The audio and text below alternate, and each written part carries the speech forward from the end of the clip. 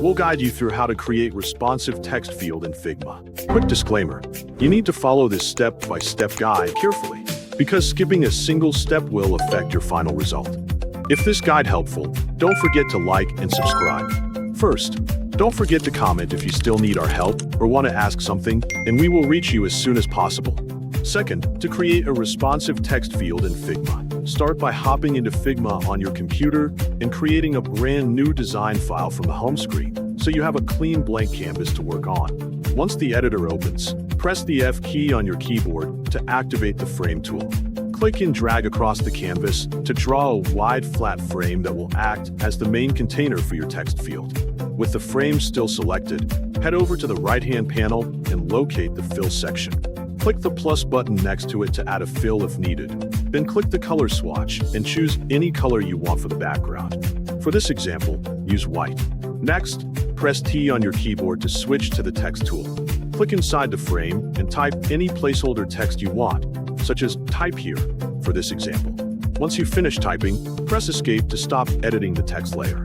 Now move over to the Layers panel on the left side of the screen and click on the frame layer sitting directly above your text layer in the list.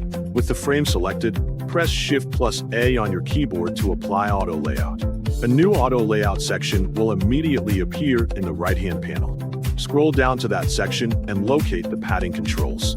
You can use any padding values you like, but for this example, set the left and right padding to 16 and the top and bottom padding to 12. Keeping the same frame selected, find the height resizing option labeled H and change it to hug contents so the frame automatically grows taller whenever the text wraps onto another line.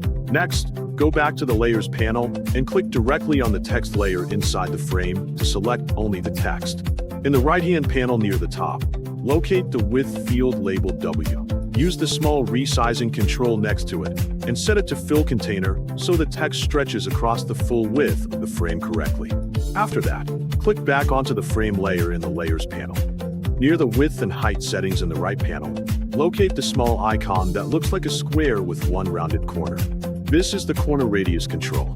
You can enter any value you like here, but for this example type 8 to give the text field rounded corners. Next, scroll down until you find the stroke section and click the plus button to add a border around the text field. A new stroke entry will appear underneath.